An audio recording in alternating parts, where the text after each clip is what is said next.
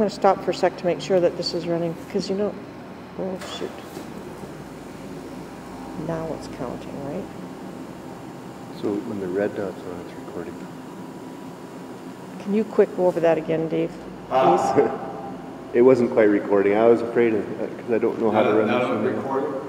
It is now. It was sitting on pause instead of record. We needed the red dot for record. I was afraid of that. Take two. Take two. Sorry about that. All right. Okay. Let's do the lower core dances first. So we'll do triple two first.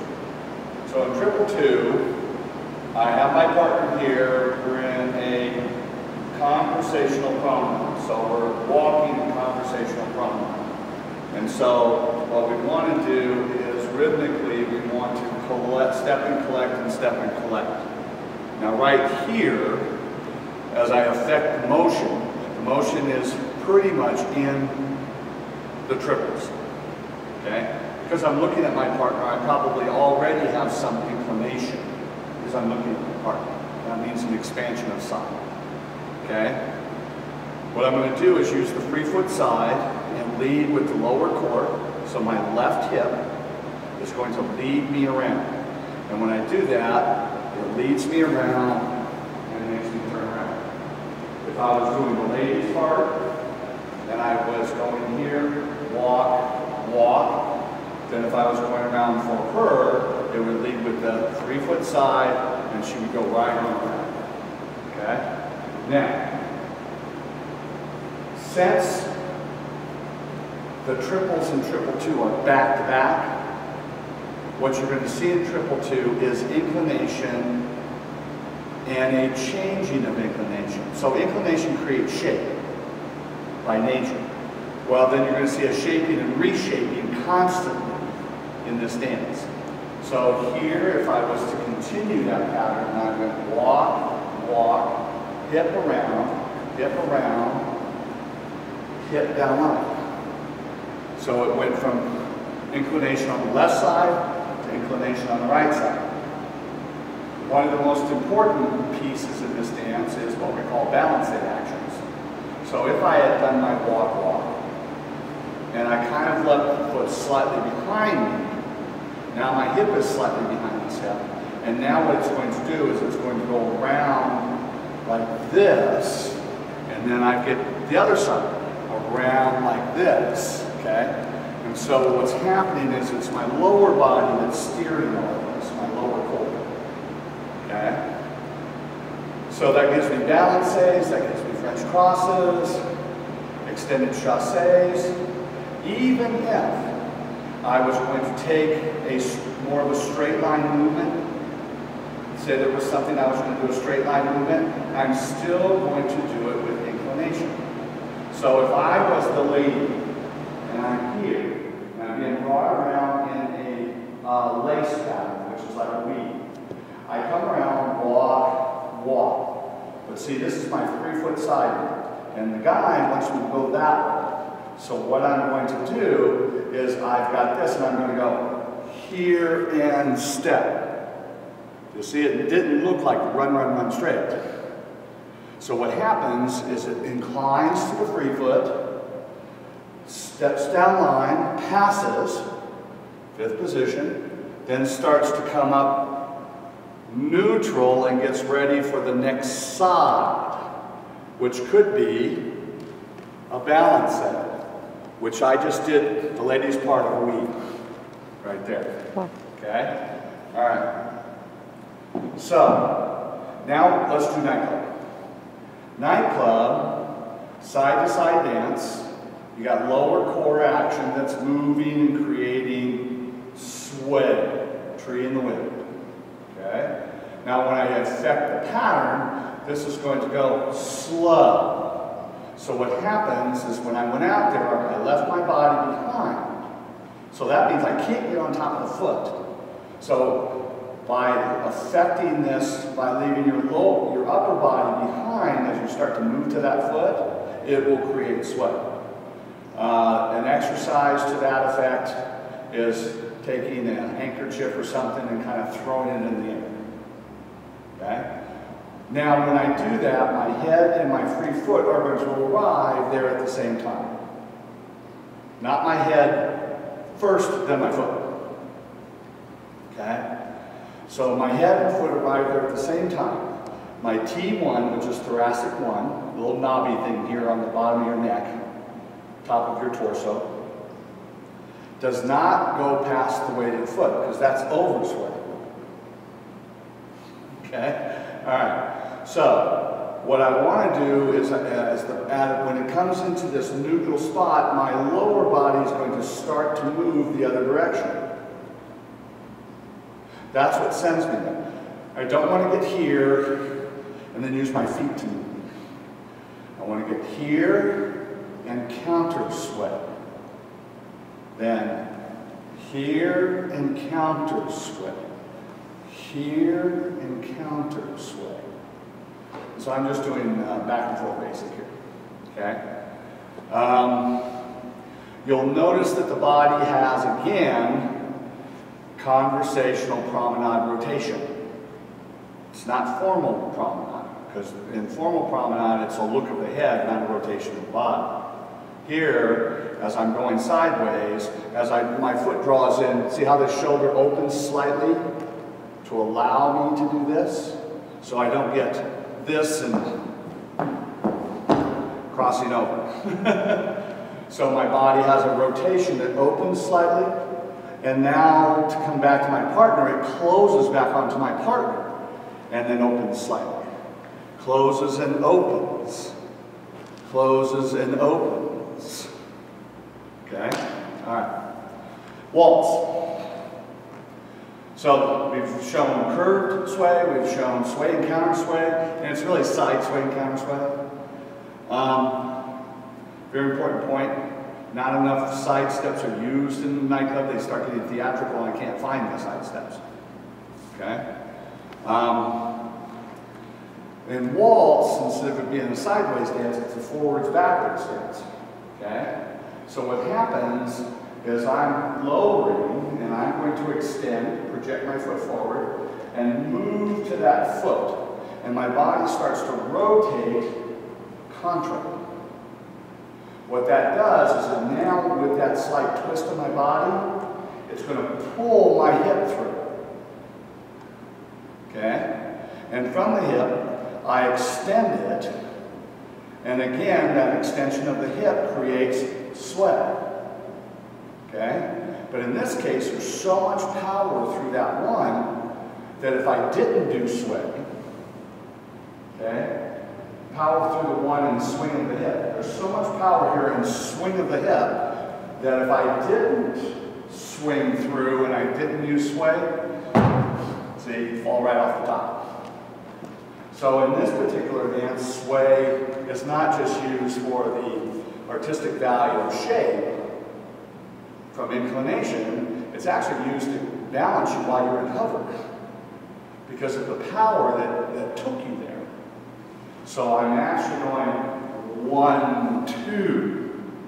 See, I'm balanced. Oh, yeah, I can do 3. You see? So that's swing and sway. It's the swing of the hip and the leg through. That's the swing. And then the inclination of the body is the sway. Okay? And in waltz, you tend to hold that through to the 3. You see? So now the next step is I do in 1, rotates contra again. So you're rotating in contra through the 1. Okay? Does that make sense? All right. So that's swing and sway. That kind of takes care of the lower core dances. When we're dealing with the upper core dances, let's deal with the upper core dances. Okay? Polka. In polka, I am going to use lilt. What lilt is it goes down to plie, relevant. Plie, relevant. So you could actually create a lilt exercise right here in place. So it's not just going on heels, but lowering and extending upwards. And lowering and extending upwards. Okay? Plie to releve. When I do that in polka, I'm going to create compression into the floor. That means my body has to pitch. You see how I have side forward. It's not this. You don't see the foot out in front. This should be 100% weight change to the beat. 1 and 2 up, 3 and 4 up, 5, you see? And what happens is you'll see that you have a drive leg too. When I go to the 1, what's driving that? This back leg is driving it. So you're not going 1 and 2, 3, 4, 5, 6. You have both legs bent at the same time. Not a pretty picture, certainly for the ladies. Okay. So, again, lilt, attacks from the side, think head weight, and dancing right sides and left sides from the upper body. Cha-cha. Cha-cha also leads with the upper body. So what's happening is the hip is being left behind. I'm not trying to pop the hips, okay? That means I'm trying to affect something in the lower body. Sometimes you'll see guys, sorry Barry, that will pop the hip, and they're popping hips. Well, and they're not doing anything here. Now, cha-cha comes from up here. So what I'm doing is leading from up here and catching up. So what you see is the hip extension from the direction it's coming from, not where it's going. Okay? All right? So it's here and here, here and here. Here and here, here and here. Okay? So, and there's 2 different styles. You can dance that mostly straight legs. It's more international. If you bend and do it, and bend and do it, as long as you straighten, that's a little bit more American style. Okay? And which do you prefer? Doesn't matter. We don't judge styles. We just judge standards. Got to straighten, got to create the rib cage hip opposition. Whether you do it with a straighter leg or a bent leg, that's like saying, should I do do I do a heel lead or a ball lead on West Coast? You know, it's like, that's a different style. Some people kind of do rumble walks on West Coast. Some people do walking steps on West Coast. Those are stylistic aspects. We don't judge styles, we only judge standards. Okay? So, and if I'm doing a break step and I hit a straight leg, so I'm going 2, 3, okay? 4 and 1, 2, 3. I'm hitting more of a straight leg. Or I can do bend, then straighten. Bend, bend, then straighten. It's a little bit different look, okay? But as long as you straighten, what you can't do is bend and come back like this. And bend and come back like that, because you don't affect any action, any Cuban action. So again, it's just working opposition. East Coast swing. In East Coast swing,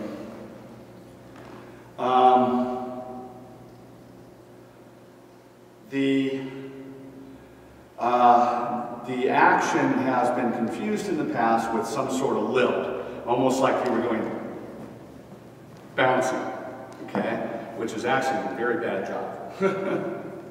It's almost doing polka in East Coast, okay? What you want to think of East Coast is it's a semi-Cuban dance. So if I was standing here and I was waiting and I got tired of waiting on both feet, I might release a hip. See how the hip is released? I'm taking the weight off that foot.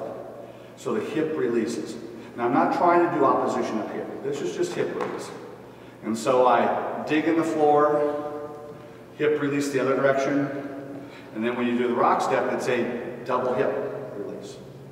Release, so you're getting release, double release, release, release, double release. So it's not bouncing, it's digging. Okay, so if, in a sense, if waltz is a dance that dances with angels, East Coast Swing is a dance that dances with devils. Okay? So it's about releasing and being in the floor. Some people think it's shovel. Okay? Shovel. Back the shovel out. Okay? But it's not bouncing. Okay? So again, you have this semi-Cuban release. So you're still leading with your upper body. So polka, cha, East Coast Swing leads with the upper body. Okay? Nightclub, waltz, and triple two lead with the lower body. So that leaves us with two-step and West Coast, which tends to be pretty body still. Now let's take West Coast, because West Coast has some actions that occur, and being sideways, if I was anchoring, what's important is that the person straightens the leg. So they're here and straight. And when they straighten, it tends to kind of sit into the action. So when I do that and I lead, that is called a hinging effect. It's called hinging. It's not Cuban release.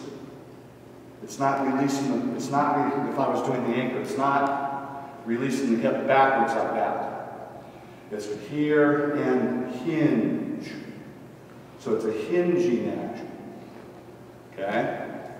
But the body stays pretty still. Okay?